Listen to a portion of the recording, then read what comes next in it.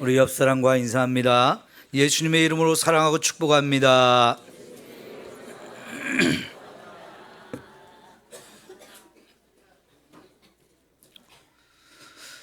오늘 사도행전 12장 말씀을 보는데요. 사도행전 12장에 또다시 한번 교회에 큰 박해가 또 닥친 부분을 이야기하고 있습니다. 사도행전은 전체적으로는 복음이 예루살렘으로부터 시작해서 온 유대와 사마리아와 땅끝까지 증거되면서 점점 더 많은 사람이 예수님을 믿고 부흥이 강력하게 펼쳐지는 것을 우리에게 보여주고 있습니다. 11장 마지막 부분에서는 드디어 이 복음이 이 예루살렘에서 멀리 떨어진 이방 지역 안디옥에 최초로 이방인들에게 복음이 증거되고 이방인 중심의 교회가 안디옥 교회가 세워진 것을 우리에게 소개했습니다. 그 교회가 다 건강하게 또 아름답게 사명을 감당하면서 성장하고 있는 모습을 보는데, 예루살렘 교회도 유대 각지에 있는 교회도 사마리아와 이제는 안디옥 교회도 다 건강하게 부흥하고 성장하고 있는 모습을 우리에게 보여줍니다. 그런데 동시에 이 사도행전은 교회를 박해하는 이야기도 계속되고 있는 것을 볼 수 있는데요. 특별히 사도행전 4장에서부터 교회에 대한 박해가 시작된 것을 볼 수 있습니다. 여러분 5장을 한번 확인해 볼까요? 사도행전 5장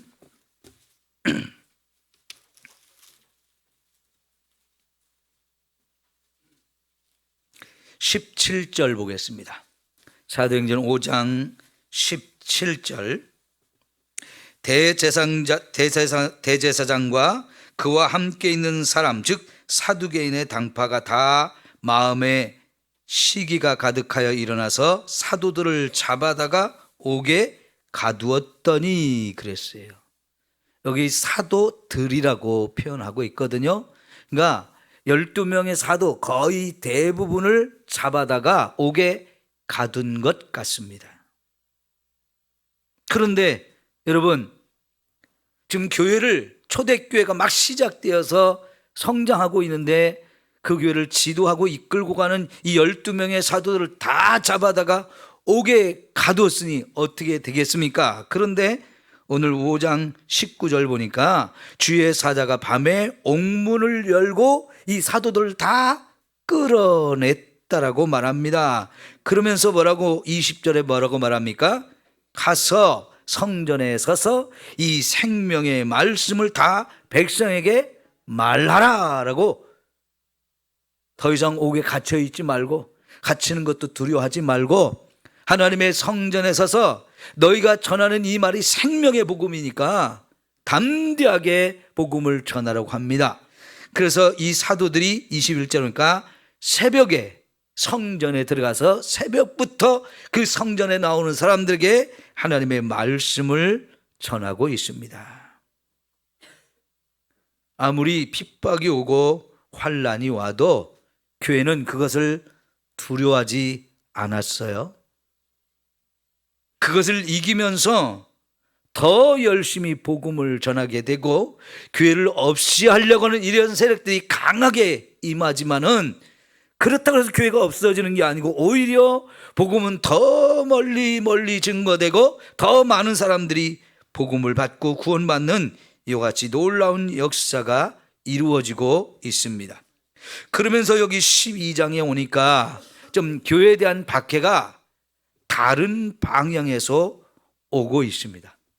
이제까지는 유대 종교 지도자들이 중심이 되어서 복음을 전하지 못하게 하고 예수가 우리의 하나님이 약속한 메시아가 아니니까 믿지 말라고 이렇게 핍박을 가했습니다마는, 지금 12장에서부터는 전혀 다른 세력, 생각지도 않았던 세력이 교회를 핍박하는데, 그 당시 유대를 다스리던 헤롯 왕이 이렇게 교회를 핍박하게 된 겁니다.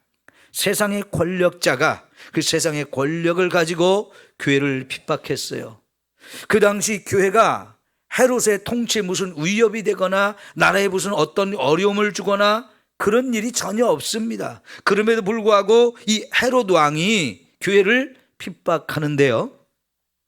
여러분, 성경에서 나오는 헤롯이라고 하는 왕의 이름이 똑같이 나오지만은 사실은 마태복음 첫 부분에 나오는 헤롯 왕이 첫 번째 헤롯 가문의 왕이에요. 그래서 그 사람을 헤롯 대왕이라고 하고, 그가 죽은 다음에 그의 아들 셋에게 자기가 다스리던 이 나라를 나누어서 통치하게 해줘서 그들을 분봉왕이라고 하는데, 이들은 바로 예수님이 이제 사역할 때 나오는 그런 왕들입니다. 특별히 세례 요한을 죽였던 왕도 이 헤롯 대왕의 아들이라고 할 수 있고요.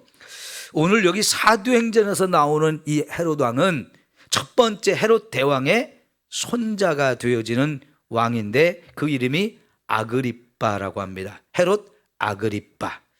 자, 이 헤롯 아그리빠 왕은 그러니까 헤롯 대왕의 손자인데요. 이 헤롯 아그리빠 때에는 세 아들에게 나누어서 이렇게 통치하게 했던 그 땅을 다시 다 이 헤롯 아그리빠에게 다 주었는데, 당시 로마 황제의 신임을 얻어서 꽤 권력을 많이 갖게 되었기 때문에 나누었던 땅 다 이제 이 헤롯 아그리빠에게 주었던 거죠. 그러니까요, 이 헤롯 아그리빠가 정치적인 힘은 이제 막강해졌는데 자기가 다스리던 이 유대 땅 그 지도자들인 종교 지도자들, 이 사람들의 마음을 얻고 싶었어요. 그래서 그들이 무엇을 원하는가, 그들이 소원하는 것을 하나 좀 해줘야 되겠다 해서 파악해 보니까요, 이 종교 지도자들이 교회를 싫어해요. 예수 믿는 사람들 아주 싫어하는 거예요. 그래서 지금까지 계속 박해를 해왔지만 그들이 피하면서도 계속해서 교회는 부흥하고 성장하는 이런 모습을 보고 있으니까 유대 종교 지도들이 그걸 제일 지금 머리 아프게 생각하고 있는 걸 보면서, 저 문제를 내가 해결해 줘야 되겠다, 그래서 저들의 마음을 좀 내가 얻어야 되겠다, 이런 목적을 가지고 이제 세상의 권력자인 헤롯 아그리빠 왕이 교회를 핍박하게 되어집니다. 자, 여러분, 이 말씀을 통해서 오늘 좀 몇 가지 같이 좀 깨달을 교훈들이 있는데, 사실은 말씀을 준비하고 보니까 말씀이 좀 길어요. 오늘 다 설교를 안 하고 일부만 하고 저녁에 또 오늘 못한 부분을 좀 하려고 하는데요. 그러니까 너무 길게 또 설교할 거다 걱정하지 마시고요. 자, 첫 번째 우리가 이 부분에서 생각해 볼 것은 사탄이 끊임없이 교회를 공격한다는 겁니다. 저와 여러분의 삶에 여러 가지 많은 핍박과 고난이 있는 것도 결국은 사탄이 공격하기 때문인 거예요. 혹시라도 여러분 하나님을 믿는데 왜 하나님이 우리를 이렇게 힘들게 하시는가? 하나님이 혹시 우리를 괴롭히고 어렵게 하고 고난을 주는 거 아닌가? 이런 생각은 잘못된 생각이에요. 하나님은 저와 여러분을 너무너무 사랑하시고 우리가 행복하게 신앙생활하기를 원하십니다. 그런 우리를 자꾸만 쉬게 하면서 우리를 힘들게 하고 여러 가지 고난을 방해하고 억울한 일을 당하게 하는 거, 이거 다 사탄이 하는 일이라는 걸 여러분 기억하셔야 돼요. 근데 하나님은 왜 그런 걸 허락하시나요? 사탄이 우리들을 괴롭히고 힘들게 하고 공격하는 이 모든 걸 하나님이 왜 허락하시느냐? 거기에는 하나님의 더 깊은 뜻이 있는데요, 그런 걸 통해서 사실은 하나님께서 저와 여러분을 더 유익하게 하고 있다는 사실을 여러분 기억하십시오. 사탄은 끊임없이 어느 시대나 어느 곳에 있는 교회나 그 교회의 성도들을 계속해서 끊임없이 괴롭히고 핍박을 하는 것을 볼 수 있는데요, 그것을 위해서는 세상의 모든 걸 다 이용할 수 있는 게 사탄이에요. 사람도 이용하고요, 세상의 큰 권력도 이용하고요, 무엇이든지 다 자기 멋대로 이용해서 어쨌든 교회와 성도들을 힘들게 하고 교회를 없애버리려고 끊임없이 공격을 해야 되기 때문에 모든 교회는 이런 사탄의 공격이 멈춘 적이 없습니다. 그러므로 성도 여러분, 우리는 뭘 기억해야 됩니까? 사탄이 우리를 항상 공격하고 있다. 이거를 기억하고 대비해야 합니다. 저와 여러분이 깨어있지 않으면 여기서 자꾸만 방심하게 되어지고, 그 방심한 틈을 노려서 사탄이 저와 여러분을 무차별적으로 공격하게 되는데, 그러면 나는 지금 멍하니 쳐다보고 있는데 뒤에서 갑자기 뒤통수를 치면 어떻게 되겠어요? 큰 상처가 되고 위험한 상황이 될 수도 있거든요. 그러니까 저와 여러분이 항상 이런 사실을 명심하고 깨어 있어야 한다는 거지요. 여러분, 아까 우리가 사도행전 5장을 살펴봤는데, 성도들이, 사도들이 그렇게 다 잡혀가서 이제 복음도 못 전하고, 사도들을 잃어버린 교회 성도들도 갈팡질팡하고 우왕좌왕하게 그냥 내버려 두셨습니까? 아니요. 바로 옥에 갇힌 그날 밤에 하나님이 천사들을 사도들에게 보내서 그들을 다 풀어주고요, 옥에서 다 끄집어내시고는 이 말씀, 생명의 복음이니까 가서 담대하게 선포하라 하면서 그들을 꺼내주잖아요. 그래서 이제 사도들은 옥에서 나와서 새벽부터 나가서 그 성전에서 복음을 전하지 않습니까? 아침에 이 감옥에 가둬놓은 이 사도들을 끌어내가지고 재판을 해서 벌을 주려고 그들이 재판을 해보지만, 사도들은 그들에 의해서 이렇게 억울한 일을 당할 죄가 하나도 없어요. 결국은 잡아다 가뒀던 이 사도들 또 끌어와서 이렇게 재판을 해보지만 그들을 벌할 수가 없으니까 더 이상 예수의 복음을 전하지 말라고 위협을 하면서 내보내주지만, 사도들이 어떻습니까? 사람의 말을 듣는 것보다 하나님의 말씀을 듣는 것이 더 옳다면서 그들의 위협을 두려워하지 않고 더 담대하게 복음을 전하지 않습니까? 8장에도 가면요, 교회의 핍박이 이 종교 지도자들부터 더 거세게 몰아쳐서 결국은 7 집사 중에 한 명인 스데반을 죽이는 사건이 일어납니다. 큰 충격이었지만, 그래서 이 핍박에 두려움을 느낀 성도들이 사방으로 흩어졌지만, 여러분, 결과적으로는 어찌 됐어요? 흩어진 성도들이 유대 온 지역으로 흩어지면서 그들이 있는 곳에서 또 복음을 전해서 교회가 이 복음이 온 유대로 증거되어지게 하고 유대 땅 곳곳에 많은 교회들이 세워지게 되잖아요. 이것이 오히려 복음을 더 많은 사람에게 전하게 하는 전기가 되게 했습니다. 그리고 이제 12장에 와서 이번에는 종교 지도자들이 아닌 아무 상관도 없는 세상의 권력자인 헤롯 아그리빠가 교회를 다시 핍박하게 되는데요, 그는 처음부터 교회 지도자인 사도들을 잡아다 죽여야 되겠다, 이 목적을 세우고 제일 먼저 잡아온 것이 예수님의 사도인 요한의 형제 야고보였습니다. 그냥 잡아다가 재판할 것도 없이 바로 칼로 목을 쳐서 죽여버린 거예요. 그리고는 그 사실을 유대 종교자들이 좋아하고 기뻐하는 걸 보면서 이거 하나로 하지 말고 더 해야 되겠다 해서 이번에는 베드로까지 잡아다가 옥에 가둬놨어요. 그리고 마침 그때가 무교절이라고 하는 유대인의 명절이었기 때문에 이 명절이 끝나고 나면 베드로를 끄집어내서 또 그 사람도 죽여야 되겠다, 이렇게 의도적으로 베드로를 잡아다 옥에 가둔 겁니다. 여러분, 우리가 이렇게 해서 예루살렘 교회가 큰 위기를 만나게 되는데요, 여기에서 이제 첫 번째 아까 말씀드린 대로 우리가 생각할 것은 사탄은 이렇게 끊임없이 교회를 공격한다는 겁니다. 그러나 여러분, 이 사탄의 공격을 예수님께서는 다 이기셨고요, 또 그 예수님을 믿는 저와 여러분도 얼마든지 이 공격을 다 이길 수 있다는 것을 기억하시기를 축원합니다. 두려워할 것이 없는 거예요. 그래서 두 번째, 우리가 이것을 볼 때에 이런 위기 상황 속에서 교회는 그걸 어떻게 대처하고 어떻게 이 문제를 풀어갔는지를 확인해 보아야 되는데요. 12장 5절을 한번 보십시오. 이에 베드로는 옥에 갇혔고 교회는 어찌했습니까? 그를 위하여 간절히 하나님께 기도하더라.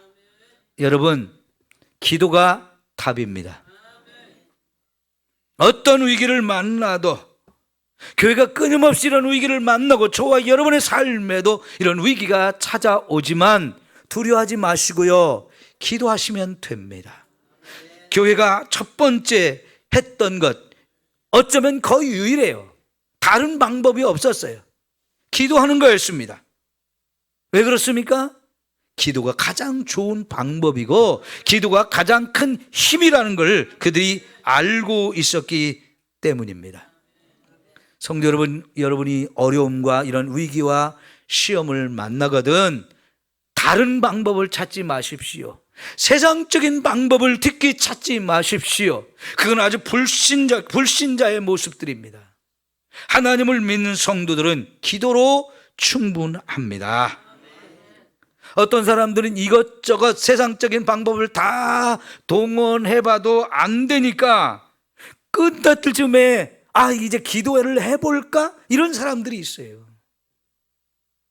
세상적인 방법 이것저것 찾아하다가 결국은 돈도 다 잃고 건강도 잃고 사람도 잃고, 그래서 이제 더 이상 방법이 없다고 낙심하고 실망하는 사람들이 얼마나 많습니까? 물론 그래도 그 마지막에 이것저것 해보다가 안 되니까 나 이제 기도라도 해볼까? 그래도 하나님은 그 기도를 들으시고 그 기도를 통해서 모든 문제를 다시 회복시켜 주시는 걸 우리는 얼마든지 볼 수 있어요. 그러므로 성도 여러분, 저와 여러분이 이런 어려움을 만났을 때 가장 먼저 저와 여러분이 기도하는 사람이 되어지기를 바랍니다. 기도가 가장 빠른 길이고요, 가장 확실한 길이고 가장 좋은 방법입니다. 왜 그래요? 기도는 하나님을 움직이는 것이기 때문에 그래요. 하나님은 저와 여러분이 기도하면 다 들어주시고 응답해 주신다고 분명하게 약속해 주셨죠. 그래서 그 하나님의 약속을 믿고 하나님을 의지하면서 하나님께 우리의 문제를 다 맡기는 겁니다. 그러면 그 문제를 하나님이 가져가셔서 직접 해결하시고 치료하시고 회복시키시는 이런 놀라운 은혜를 우리에게 주시는 거지요. 성경에, 그리고 우리 가운데서도 많은 사람들이 분명히 증거가 있습니다. 기도의 응답을 받은 증거 얼마나 많습니까? 오늘 말씀 속에서도 초대교회가 또다시 큰 위기를 만났어요. 예수님의 사도인 야고보가 그냥 한 번에 바로 죽음을 당했으니 얼마나 놀랐겠습니까? 그 충격이 얼마나 컸겠습니까? 거기다가 베드로까지 잡아다 놓고 이제 죽이겠다고 이런 상황이 되어졌는데, 여러분, 교회가 다른 거 할 수 있는 방법이 하나도 없었습니다. 무슨 그 당시 헤로드 왕에게 가까운 권력자를 찾아가 가지고 부탁을 하면서 좀 베드로를 좀 살려달라고 구명운동을 한 것도 아닙니다. 마땅히 그럴 만한 사람도 없었을 거예요. 그래서 그들은 기도했는데요, 여러분, 이제 내일이면 베드로를 죽이겠다고 작정된 그날 전날 밤에 이제 교회의 기도를 들으신 하나님께서 베드로를 옥으로 또다시 찾아가셨습니다. 베드로가 갇혀있는 그 옥은 지하 감옥이라고 할 수 있는데요, 왜냐하면 오늘 말씀해 보니까 백성에게 끌어내고자 한다, 잡아내려고 한다, 이런 표현들이 깊은 곳에서 끄집어 올리는 그런 표현이거든요. 그러니까 베드로가 지금 갇혀있는 감옥은 그냥 감옥이 아니고 지하 깊은 곳에 있는 감옥입니다. 근데 베드로를 거기에 가두면서 혼자 가둬둔 게 아니고요, 군인들을 4명씩 한 조로 묶어서 그런 군인들을 4조를 편성해서 베드로를 사방에서 지키게 했어요. 그러니까 16명의 군인이 죄수 1명을 2중 3중으로 지금 지키고 있고요, 그것도 모자라서 베드로의 몸에 쇠사슬로 2번이나 꽁꽁 꼭꼭 묶어서 감옥 깊은 곳에 던져놨는데, 여러분, 그곳에 천사가 찾아왔죠. 그리고 자고 있는 베드로를 깨웠는데요. 여러분, 아마 그 밤에 감옥 속에서도 베드로는 잠을 아주 편안하게 잔 것 같아요. 두려워하지 않고 그냥 편안하게 잠을 잔 것 같아요. 깊은 잠을 자고 있는 이 베드로를 천사가 깨웁니다. 일어나라. 그럴 때 그를 묶고 있는 쇠사슬이 다 풀어졌어요. 그리고 신발도 신으라고 하고 허리띠도 띠라고 하고 좀 벗어 저쪽에 있는 겉옷까지 챙겨 입으라고 하신 다음에 나를 따라오라고 하면서 이제 베드로를 끌고 나오는데요. 그냥 옥문들이 바로바로 자동적으로 스르르 다 열리는 거예요. 완전히 감옥 밖에까지 끌어내서 이제 나가라고, 빨리 가라고 이렇게 해서 보내줍니다. 어떻게 이런 일이 가능했던 걸까요? 기도에 하나님이 응답해 주신 거지요. 여러분, 이렇게 우리는 기도의 응답을 확실하게 확인할 수 있거든요. 기도하면 저와 여러분의 모든 위기, 어려움, 고난 다 해결될 수 있는 겁니다. 하나님이 저와 여러분을 하나님의 자녀로 삼아 주셨기 때문입니다. 하나님과 우리의 관계는 이렇게 너무나 아름다운 관계인데요. 로마서 8장 37절에 보면 세상의 그 어떤 것으로도 하나님과 우리 사이에 맺어진 이 사랑의 관계는 끊을 수가 없다라고 말씀을 하시는 거예요. 환난이나 위험이나 적신이나 칼이랴 이런 것도 하나님과 우리 사이의 이 관계를 끊어놓을 수 없다라고 말씀을 하잖아요. 그만큼 하나님과 우리의 이 관계는 사랑의 관계로 꽉 붙들어 맺어 있기 때문이에요. 그 하나님께서 저와 여러분을 세상 끝날까지 책임지고 지켜주신다는 사실을 기억하십시오.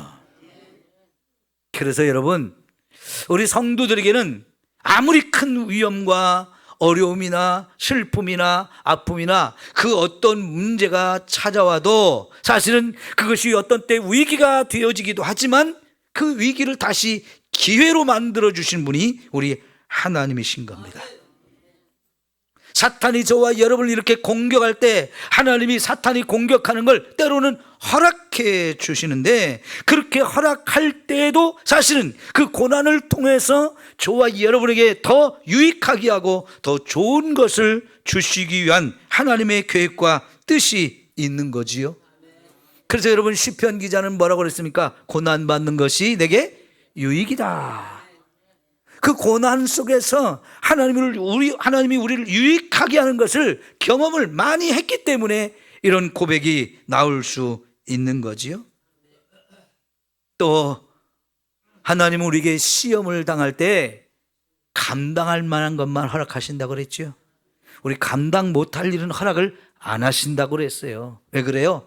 저와 여러분의 수준을 알고 연약함을 아시기 때문에 저와 여러분이 충분히 감당할 만한 것을 허락하심으로 인해서 그 고난을 이기게 하시고 이기면서 저와 여러분의 믿음이 더 풍성하게 자라게 해 주시는 거죠.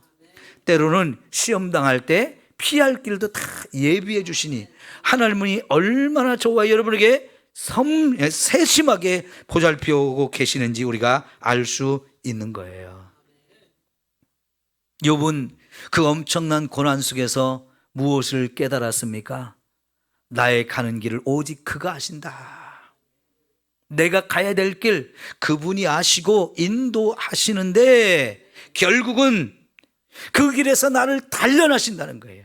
하나님이 허락하신 그 시련이 나를 단련해서 결국은 나를 정금같이 나오게 해주신다라고 그렇게 고백하잖아요. 여러분, 우리가 이런 하나님의 은혜를 믿고 사십시다. 그래서 여러분, 초대교회 성도들 그 많은 핍박과 어려움이 있었지만 그들은 그런 시련과 어려움을 통해서 더 강한 믿음을 갖는 성도들이 되었습니다. 그리고 그런 시련 속에서 오히려 복음은 더 먼 곳까지 증거되고 더 많은 사람이 예수를 믿고 구원받는 결과를 가져다 주었어요. 성령님은 더더욱 그들을 성령으로 충만하게 하시고 교회는 그때마다 더 기도하면서 그 모든 핍박과 환난 속에서 더욱 담대하게 믿음이 자라도록 하시고 이걸 견디게 해 주셨어요. 사탄은 분명히 교회를 깨트리려고 했습니다. 더 이상 사람들이 복음을 전하지 못하게 하려고 그랬습니다. 그런데 이런 공격은 성공하지 못하고 오히려 그렇게 하면 할수록 교회는 더 부흥하고 더 많은 영혼이 예수 믿고 더 많은 곳에 복음이 증거되는 결과를 가져왔죠. 그래서 우리가 중간에 살펴보니까요, 교회를 핍박하는데 앞장섰던 제사장들도 상당수가 이제는 예수가 그리스도라는 걸 깨닫고 돌아와서 구원받게 했죠. 그 중에 또 가장 교회를 핍박하는데 앞장섰던 인물이 누구입니까? 사울이잖아요. 그는 제사장도 아니지만 정말 열심히 있는 사람이었어요. 예수 믿으면 안 된다고 생각하면서 교회를 핍박하는데 가장 앞장섰던 사람인데 그를 그냥 두지 아니하시고 예수님이 찾아와 직접 만나 주심으로 그를 완전히 변화시켰어요. 그래서 이제까지는 교회를 핍박하는 자였는데 이제는 담대하게 예수의 복음을 전하는 자로 완전히 바꿔 주시잖아요. 그러니까 교회를 핍박을 가하면 가할수록 사탄은 손해예요. 하나님이 살아계신 분이라는 것이 그걸 통해 더 확실하게 드러났고요. 그래서 성도들은 하나님을 더 담대하게 신뢰할 수밖에 없었어요. 하나님이 교회를 지켜주신 것이 분명하고 우리가 가진 이 복음이 생명의 복음이라는 것도 더 분명해졌죠. 여러분, 아까 로마서 8장 39절 말씀드렸잖아요. 세상의 그 어떤 것도 하나님과 우리의 관계는 끊어놓을 수 없는 관계가 되었다고요. 로마서 8장 32절에 보면 하나님께서는 저와 여러분을 위해서 자기 아들도 아끼지 않고 죽이셨다는 거예요. 그런 일까지 하신 하나님께서 저와 여러분에게 뭘 아끼겠느냐고, 아낌없이 모든 걸 또 더 부어주시는 분이라고 말씀하시잖아요. 그러니까 여러분, 고난이나 위험이나 그 어떤 것도 두려워하지 마십시오. 하나님을 신뢰하시면 됩니다. 그러므로 여러분, 이제 마지막에 결론적으로 말씀드립니다. 믿음으로 좀 당당하게 살아갈 수 있기를 바랍니다. 작은 고난 앞에서 두려워하지 마십시오. 어떤 위험이나 어떤 핍박이 와도 그걸 겁내지 마십시오. 오히려 우리는 주님을 위해서 내가 살아야 되겠다, 이런 각오와 결단이 여러분 더 강해지기를 축원합니다. 예수님이 제자들을 훈련하면서 나를 따라오려거든 너희에게도 십자가가 있으니까 그 십자가를 지고 나를 따르라고 말씀을 하셨잖아요. 그러나 여러분, 예수 믿는 과정에서 저와 여러분이 이런 고난이 있고 어려움이 있는 가운데도 이거를 두려워하지 않고 계속해서 주님을 위해서 살겠다고 그 길을 가면 그 길이 저와 여러분 가장 영광스러운 길인 겁니다. 왜요? 저와 여러분이 주님을 위해 사는 인생이 되고 주님께 쓰임받는 일꾼들이 되어지기 때문에 우리가 가는 이 길에서 고난을 당한다고 그것이 끝이 아니고요, 이 고난과는 비교할 수 없는 큰 영광이 저와 여러분에게 예비되어 있다고 로마서 8장 17절에 말씀하고 있잖아요. 여러분의 신앙의 여정을 한번 되돌아보세요. 평탄하기만 했습니까? 그냥 어려운 일 없이 쉬운 길로만 오셨습니까? 그렇지 않죠. 지금까지 여러분이 신앙생활을 해오는 과정에도 많은 시련과 어려움이 있었습니다. 그러나 그때마다 하나님이 저와 여러분 함께 하시면서 그걸 다 견디게 하시고 이기게 하시고 결론적으로는 항상 더 유익하게 만들어준 것이 분명하잖아요. 그래서 지금까지 저와 여러분이 이렇게 신앙생활을 하고 있는 거잖아요. 앞으로도 저와 여러분이 신앙생활하는 동안에 또 어떤 어려움이 올지 우리는 알 수 없지만 편안하기만은 않을 거예요. 교회적으로나 우리 가정적으로나 여러분 개인적으로나 어려움은 언제든지 또 올 수 있습니다. 그러나 두려워하지 마십시오. 오히려 그것이 저와 여러분을 더 유익하게 하는데 하나님을 새롭게 만나는 기회가 될 것입니다. 하나님이 저와 여러분을 사랑한다는 것, 그 사랑을 더 크게 느끼는 기회가 될 것입니다. 그래서 내 마음속에서도 정말 주님 감사합니다, 나도 주님을 사랑합니다 하면서 더욱 주님을 위해서 내가 살겠다고 이런 다짐과 결단이 세워질 것이고요. 그래서 저와 여러분 끝까지 믿음을 지키며 당당하게 담대하게 이렇게 신앙생활을 하는 저와 여러분이 되게 하실 것입니다. 기도합시다. 하나님 아버지, 우리 성도들 이 신앙생활의 과정 속에 많은 간증거리를 주옵소서.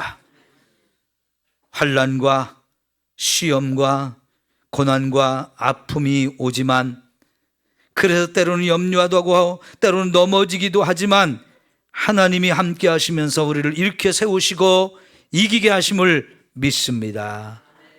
지난날의 과정 속에서 수많은 간증들이 있었던 것처럼 앞으로도 더 많은 간증거리가 있게 하옵소서.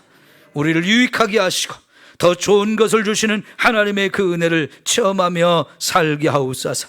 그래서 나는 언제든지 주님을 위해서 살리라, 이런 다짐과 각오와 결단을 가지고 강하고 담대하게 설 수 있는 우리 성도들 다 되게 하여 주옵소서.